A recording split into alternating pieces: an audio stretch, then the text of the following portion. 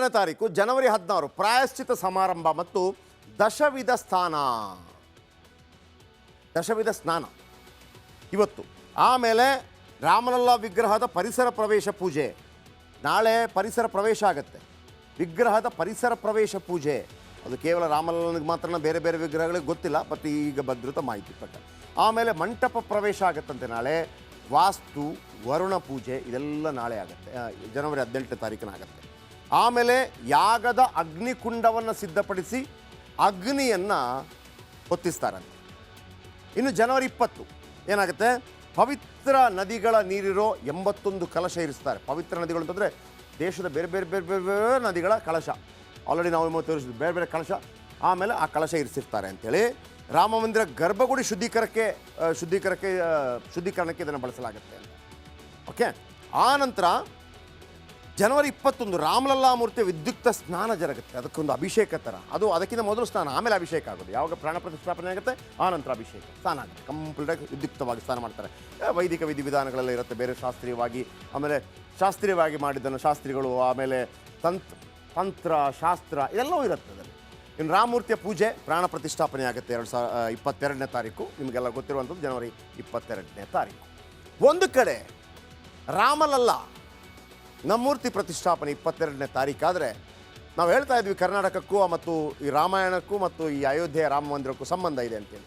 ನಿಮಗೆ ಆಶ್ಚರ್ಯ ಆಗ್ಬೋದು. ಈಗ ನಿಮಗೊಂದು ಸುದ್ದಿ ಕೊಡ್ತೇನೆ ಕರ್ನಾಟಕದ್ದು. ಅಲ್ಲಿ ರಾಮ ಮಂದಿರ ಉದ್ಘಾಟನೆ ಆಗ್ತಾ ಇದೆಯಲ್ಲ, ನಮ್ಮ ಚಿಕ್ಕೋಡಿ ಸದಲಗಾದಲ್ಲಿ ಒಂದು ರಾಮ ಮಂದಿರ ಸಿಕ್ಕಿದೆ, ಉತ್ಖನನ ಆಗಿದೆ. ಶ್ರೀರಾಮನ ಪ್ರಾಣ ಪ್ರತಿಷ್ಠಾಪನೆಗೆ ಅಲ್ಲಿ ಸಿದ್ಧತೆ ನಡೀತಾ ಇದ್ದರೆ, ಈ ಕಡೆ 100 ವರ್ಷಗಳ ಹಿಂದೆ ಚಿಕ್ಕೋಡಿಯ ಸದಲಗಾದಲ್ಲಿ ಹುದುಗಿ ಹೋಗಿದ್ದ ಪ್ರಭು ಶ್ರೀರಾಮಚಂದ್ರನ ಮಂದಿರ ಗೋಚರ ಆಗಿದೆ. ವಿಶೇಷ ಏನಪ್ಪ ಅಂತಂದರೆ, ಅಲ್ಲಿ ಚಿಕ್ಕೋಡಿ ಸದಲಗಾದಲ್ಲಿ ಹಿರಿಯರು ಹೇಳ್ತಾ ಇದ್ರಂತೆ, ಇಲ್ಲೊಂದು ಮಂದಿರ ಇತ್ತು ಕಣೋ, ಇಲ್ಲೊಂದು ರಾಮನ ಮಂದಿರ ಇತ್ತು ಕಣೋ, ಇಲ್ಲೊಂದು ರಾಮನ ಮಂದಿರ ಇತ್ತಂತೆ. ನಮ್ಮ ಹುಡುಗರು ಗೊತ್ತಲ್ಲ, ಫುಲ್ ಜೋಶ್ ಆಗಿಬಿಟ್ಟಿದ್ದಾರೆ.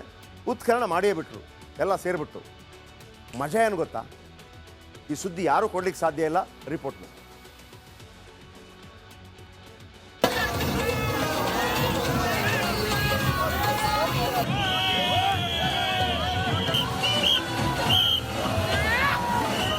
ಇದು ಮರ್ಯಾದಾ ಪುರುಷೋತ್ತಮನ ಲೀಲೆ ಅಂದ್ರೂ ಅಚ್ಚರಿ ಪಡಬೇಕಿಲ್ಲ. ಅತ್ತ ಅಯೋಧ್ಯೆಯಲ್ಲಿ ಪ್ರಭು ಶ್ರೀರಾಮರ ಪ್ರಾಣ ಪ್ರತಿಷ್ಠಾಪನೆಗೆ ದಿನಗಣನೆ ಶುರುವಾಗಿದೆ. ರಾಮ ಮಂದಿರ ಲೋಕಾರ್ಪಣೆಗೆ ಸಿದ್ಧತೆಗಳು ಭರದಿಂದ ಸಾಗಿವೆ. ಜನವರಿ 22ನ ಇಡೀ ದೇಶದ ಜನ ತುದಿಗಾಲಲ್ಲಿ ನಿಂತು ಕಾಯ್ತಿದ್ದಾರೆ. ಆದರೆ ಇತ್ತ ಬೆಳಗಾವಿ ಜಿಲ್ಲೆ ಚಿಕ್ಕೋಡಿಯ ಸದಲಗ ಪಟ್ಟಣದಲ್ಲಿ 100 ವರ್ಷಗಳ ಹಿಂದೆ ಹುದುಗಿ ಹೋಗಿದ್ದ ಶ್ರೀರಾಮ ದೇವಸ್ಥಾನ ಗೋಚರವಾಗಿದೆ.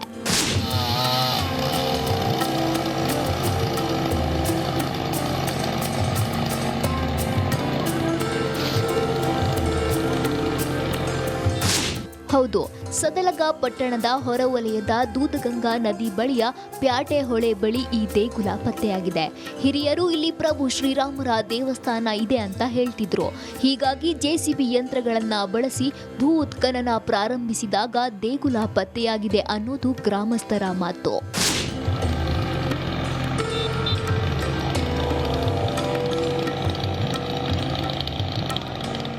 ಸದಲಗ ಪಟ್ಟಣದಲ್ಲಿ ಪುರಾತನ ಸೀತಾರಾಮ ಮಂದಿರ ಪತ್ತೆಯಾದ ಸ್ಥಳಕ್ಕೆ ನಿಪ್ಪಾಣಿ ಶಾಸಕಿ ಶಶಿಕಲಾ ಜೊಲ್ಲೆ ಭೇಟಿ ನೀಡಿದ್ರು. ಮಂದಿರದ ಎದುರು ಆರತಿ ಬೆಳಗಿ ದೇವರ ಜಪ ಮಾಡಿದ್ರು. ಶ್ರೀರಾಮ ಭಾರತ ಮಾತೆಯ ಜೈಕಾರ ಮೊಳಗಿಸಿದ್ರು. ಶಾಸಕಿಗೆ ಹಿಂದೂ ಸಮಾಜದ ಮುಖಂಡರು ಸಾಥ್ ನೀಡಿದ್ರು.